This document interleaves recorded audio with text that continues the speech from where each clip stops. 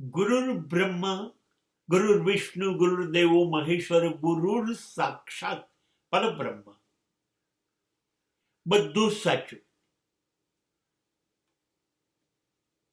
એવું પણ કહ્યું, ગુરુ ગોવિંદ દોનો ખડે કિસકો લાગુ પાય, બલિહારી ગુરુ આપકી ગોવિંદ દિયો બતાય.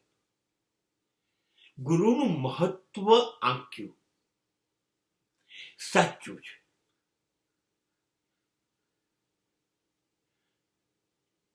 ગુરુ રસ્તો બતાવે.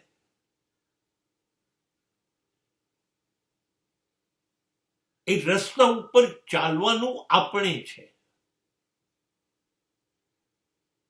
આપણા બદલે ગુરુ ચાલી ન શકે.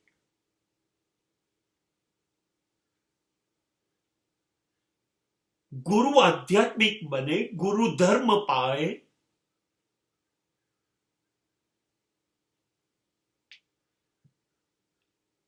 એટલે આપણે ધાર્મિક થઈ ગયા.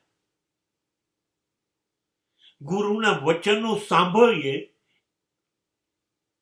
એટલે આધ્યાત્મિક થઈ ગયા.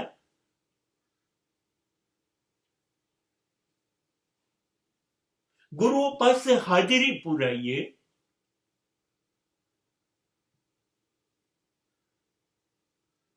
એટલે આપણી અંદર ગુરુનું તમામ જ્ઞાન ઉતરી ગયું અને ઈશ્વરના સાક્ષાત્કારનો રસ્તો ખુલ્લો થઈ ગયો.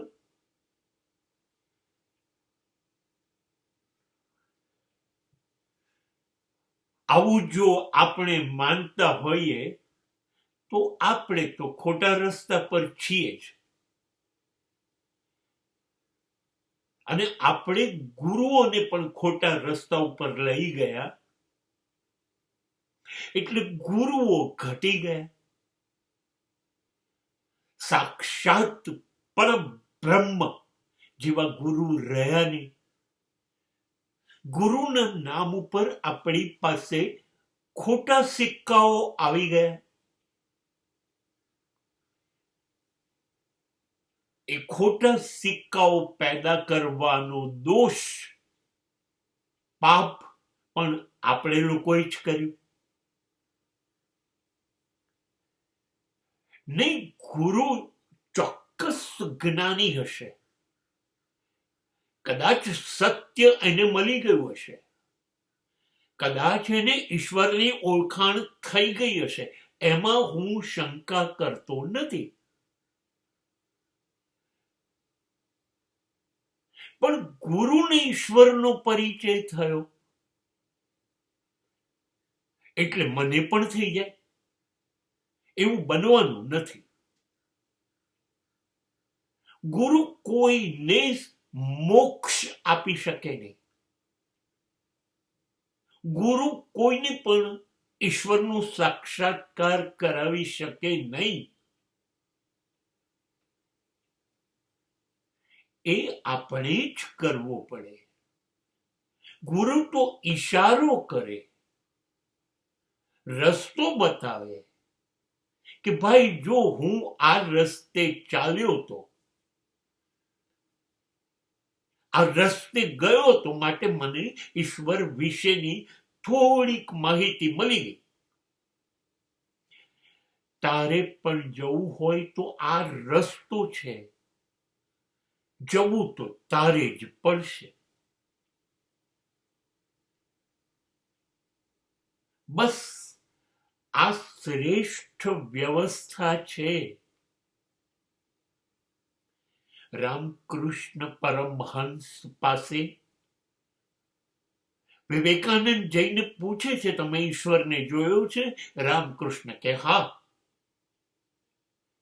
મને બતાવશો? હા. જા, મંદિરમાં માં બેઠી છે, એને મળી લે. અને વિવેકાનંદ ગયા અને મળી લીધું. અને વિવેકાનંદે આધ્યાત્મિકતાનું એક નવું શિખર મેળવ્યું. પણ એમણે પોતે જ જવું પડ્યું. આપણે લોકો બિલકુલ એકલા ગુરુને છોડી દઈશું. ગુરુદેવ, તમે યાત્રા કરો